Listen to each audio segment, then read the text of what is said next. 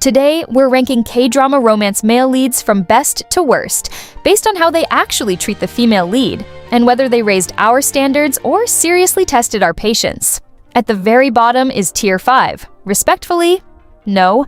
These are the male leads where the red flags repeat, communication stays bad, and loving them feels more exhausting than rewarding.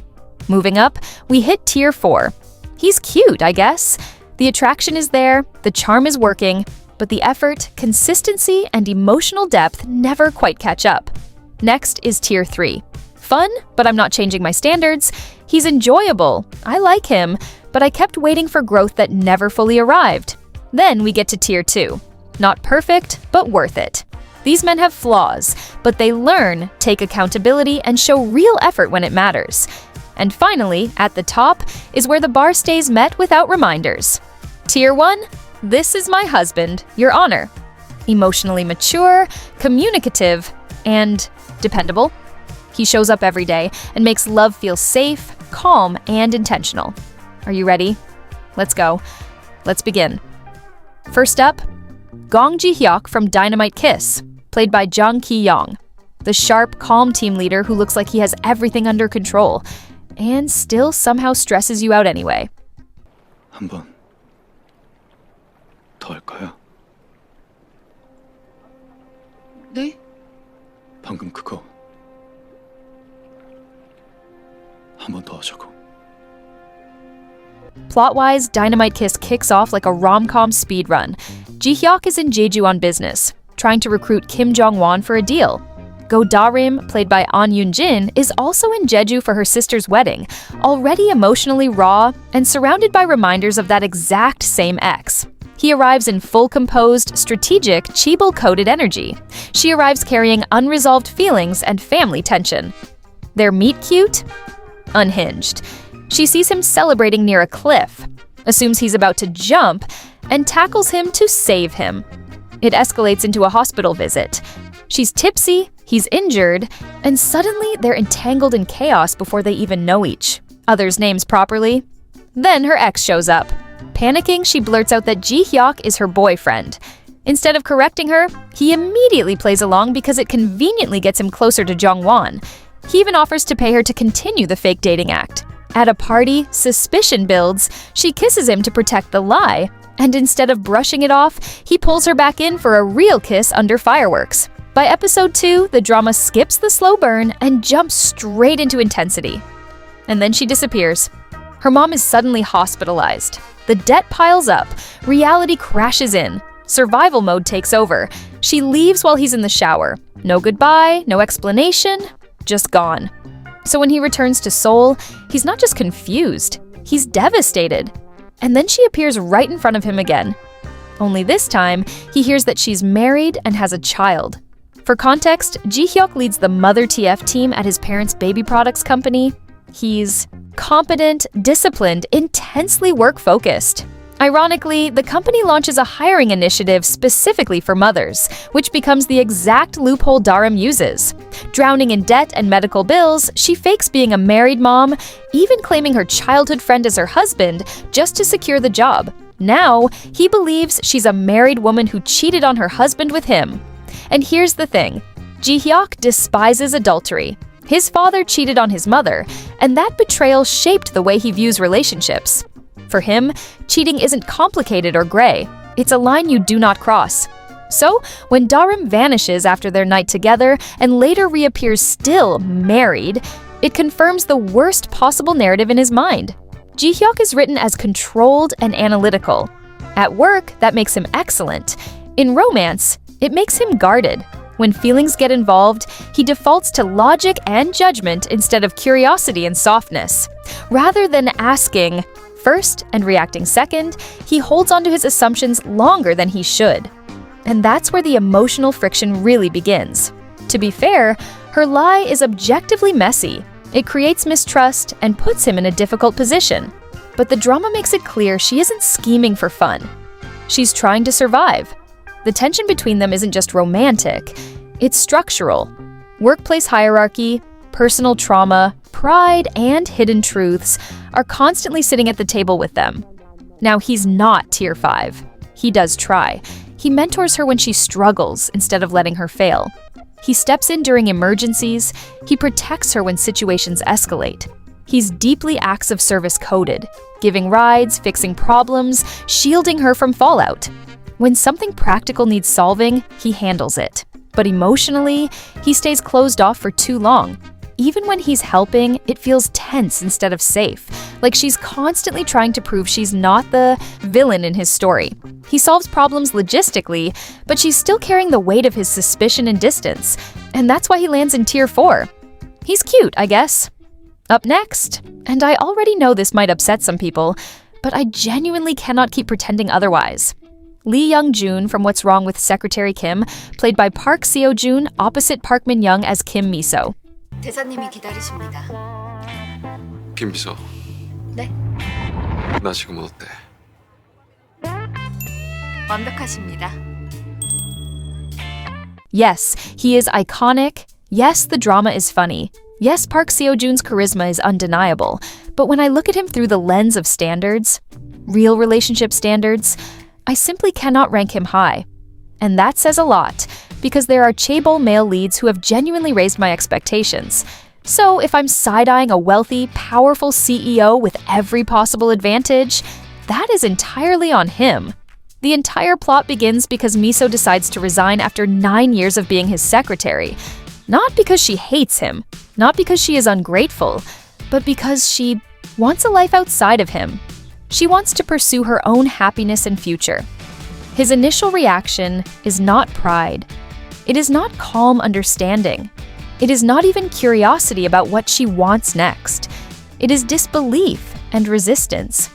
The drama frames it as though he has loved her from the very first moment he saw her, as if he has always quietly looked out for her in his own way.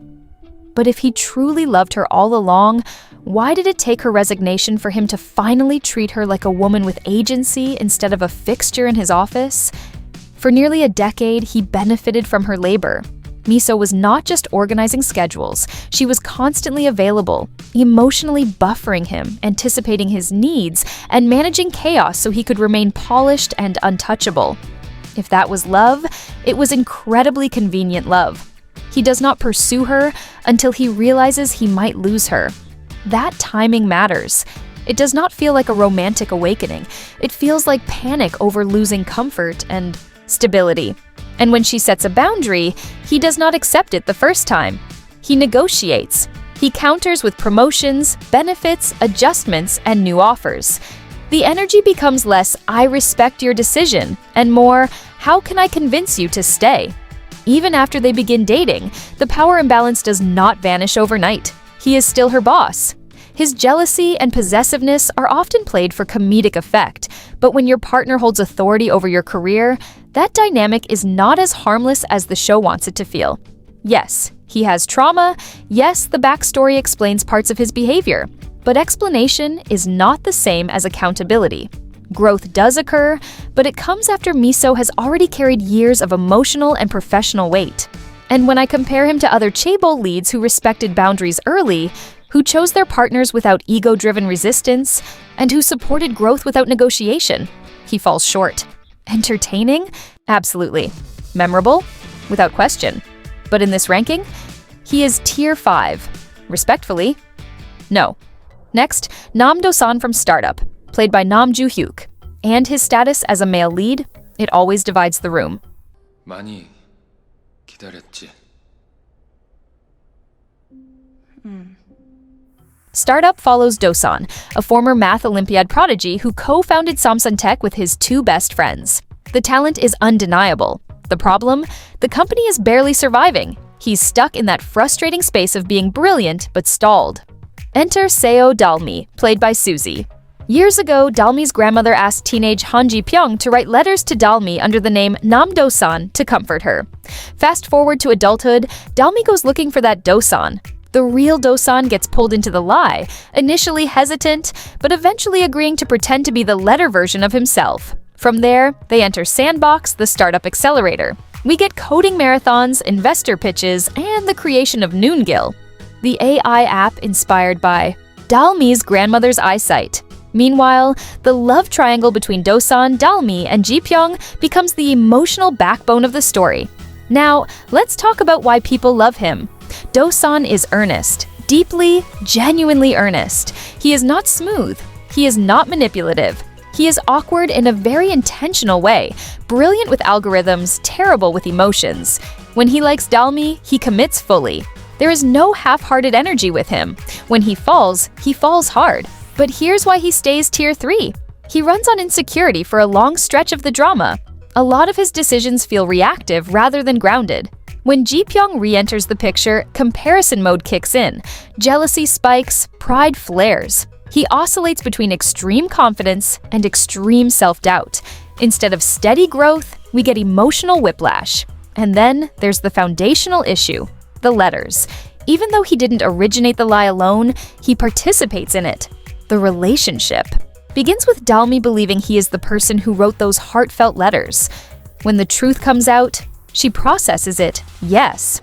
But for viewers, that identity-based deception lingers. It makes the romance feel slightly unstable at its core.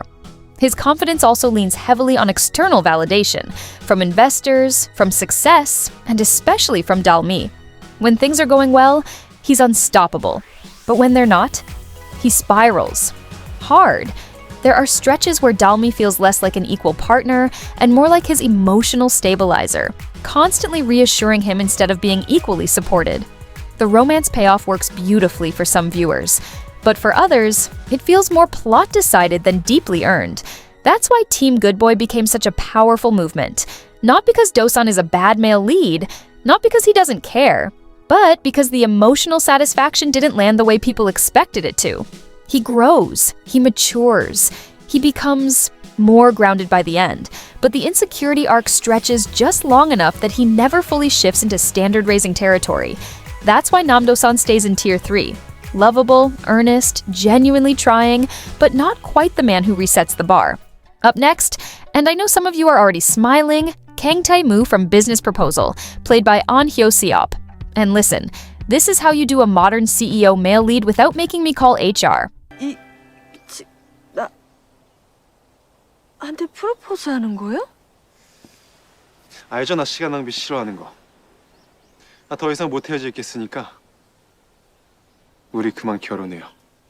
Plot-wise, he's the young president of a massive food company who's being forced into blind dates by his grandfather. Shin-hari shows up pretending to be her rich best friend to scare him off. Except Tae-moo is not scared. He proposes a fake engagement instead to get his grandfather off his back, and what starts as a contract situation spirals into office romance chaos, secret identities, and very real feelings. Now here's why he ranks high. Tae-moo is decisive. Once he figures out he likes Hari, he does not drag it out. For 8 episodes pretending he doesn't. No long denial arc, no, I must push you away for your own good. He wants her, so he pursues her, clearly, openly, and with intention. And yes, he's competitive. Yes, he's intense, but he doesn't weaponize his power over her. When he finds out she's his employee, and not the heiress he thought she was, he doesn't punish her, humiliate her, or make her beg. He recalibrates. Fast. He's also emotionally direct in a way that feels refreshing. When jealousy hits, he communicates it. When he's upset, he says it. When he's in love, he says that too. The man does not sit in emotional purgatory. And let's talk about effort. The dates? Planned. The gestures? Thought through. The public acknowledgement? Immediate. He doesn't hide her like a secret scandal. He proudly claims her. That alone separates him from half the CEOs in Dramaland. Now, is he flawless? No. He can be controlling in small ways, especially early on. He likes structure. He likes things his way, and sometimes his I know best tone peeks through. But the key difference? He adjusts, he listens, he softens, he learns quickly. So, where does he land? Kang Tae-moo is tier 2. Not perfect, but worth it. He's confident without being cruel, persistent without being manipulative, and once he commits, he shows up consistently. He doesn't quite hit the calm, steady, lifelong anchor energy of tier 1, but he absolutely raises the standard. And honestly, In the CEO category, he's dangerously close to rewriting the blueprint. Last but absolutely not least, and yes, I know most of you already know where this is going, but I still need to explain why he earns this spot. Now, we're talking about a man who didn't just meet the standard, he permanently altered it. Jeong-hyeok from Crash Landing on You, played by Hyun. 내가 당신의 취향에 대해서 잘 모르는 편인가? 내 취향은 리정혁 씨가 제일 잘 알잖아. 당신 취향이 뭔데? 리정혁 씨. Now, Crash Landing on You centers on Jeong-hyeok, a North Korean army officer who's quiet. Disciplined life is disrupted when a South Korean chaebol heiress quite literally crash lands into his territory. Yoon-seri falls out of the sky and into his jurisdiction, and instead of turning her in, which would have been the safest and most logical choice, he hides her, he protects her, he rearranges his entire life around keeping her safe.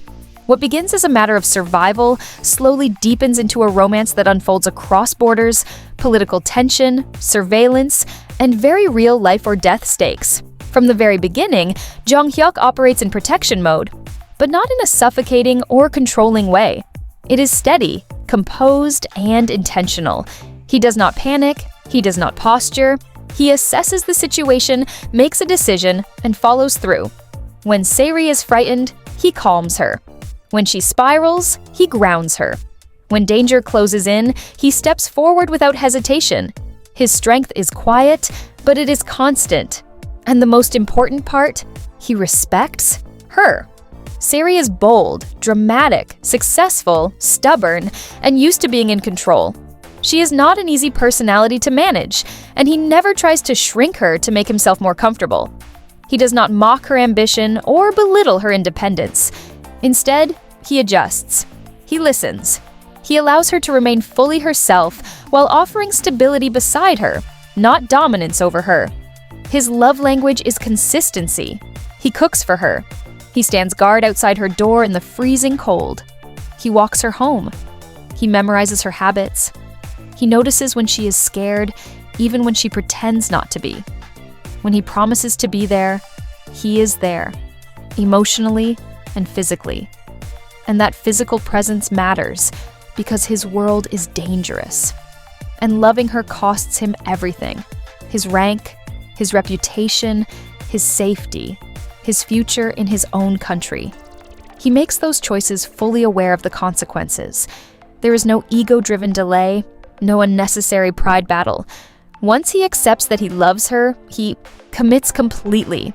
Even when they are separated, he does not become resentful or reactive. He does not lash out. He does not disappear. He waits. He plans. He works toward a solution, even if that solution is only 2 weeks a year in Switzerland. That is not short-term infatuation. That is long-game devotion. Yes, he gets jealous sometimes, but it never turns into control. Yes, he is reserved, but he is never emotionally unavailable. His restraint feels like maturity, not avoidance. And most importantly, Seri never has to question whether she is chosen. That's why he is Tier 1. He makes love feel safe, intentional, and steady, even when the world around them is unstable and unforgiving. Jeong-hyeok is Tier 1. This is my husband, Your Honor. And that wraps up the ranking. Do you agree? It's completely fine if you don't, we can debate. But if you're disagreeing about Jeong-hyeok, just know I will be respectfully waiting in the comments with evidence. Check out Part 1 in the description box if you missed it, and tell me which K-drama male leads you want me to rank next, because I'm clearly not done stirring the pot. And while you're here, click on this video to check out the upcoming Netflix releases this year. Who knows? We might just meet the next Jeong-hyeok level standard setter.